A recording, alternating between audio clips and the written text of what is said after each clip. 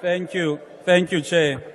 Mr. President, the reality is that things are worse off for the country as compared to 2019. There's been an increase in load shedding, unemployment, crime, and the cost of living.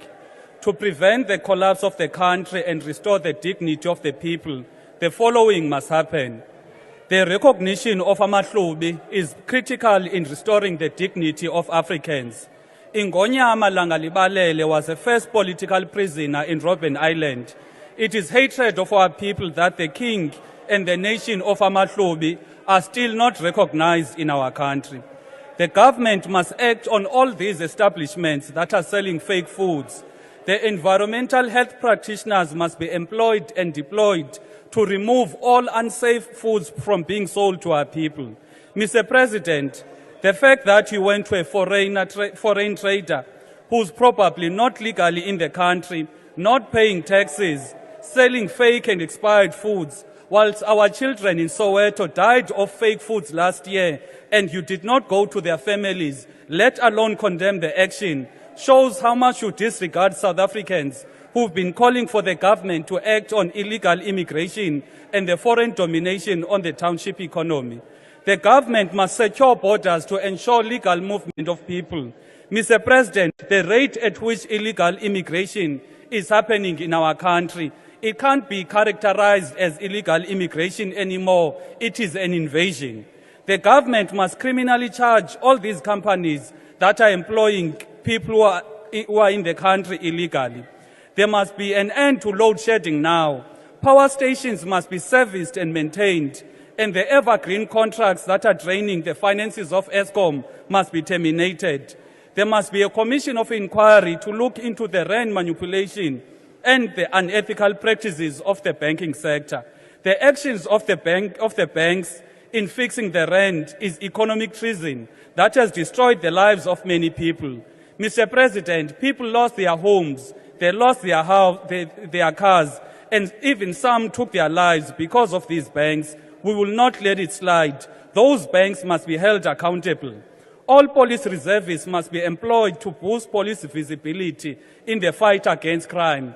The government must be harsh against drug and human trafficking. Drug dealers are killing our country and they deserve no mercy. The government must aggressively deal with the protection fee phenomenon. Poor people who are trying to make an honest living cannot be held ransom by criminals. Mafias who forcefully demand 30% fee from local projects and businesses must be brought to a stop. The digital industry, such as Uber and Bolt, must operate in line with our national interests. They must comply with our immigration and labor laws, protect the drivers, and pay the applicable taxes. The film and television industry must be regulated. Film personnel are currently exploited by the industry producers and production companies, and there must be educational content that builds the spirituality and moral character of our country. Mr. President, as seen now as a country with a television content that is full of alcohol abuse, drugs, sex, and crime. The government must go on an aggressive local manufacturing drive. We can't be even importing toothpicks. Basic goods such as cutlery, towels, soaps must be produced in all districts in order to make citizens to be economically active. And the township economy must be transformed and restored to the citizens. There must be more skills development centers, libraries, art centers than taverns in the townships. Townships and villages cannot be the face of social ills, alcohol and drug abuse. Access to health is a basic human right.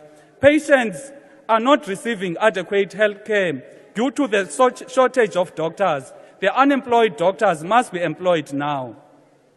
There must be a farming revolution where all people are assisted to farm wherever there is arable land. This will reduce the food prices and ensure a people-driven food security. The agricultural assistant practitioners must be employed to drive this farming revolution.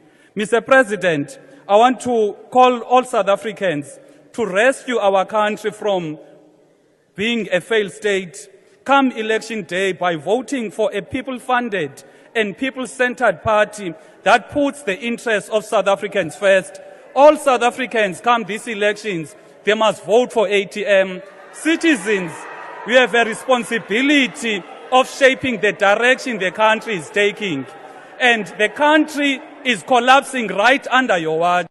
Therefore, you as citizens, you have a responsibility Honorable of Zungula. shaping the direction of the country by voting ATM. Thank you. Thank you.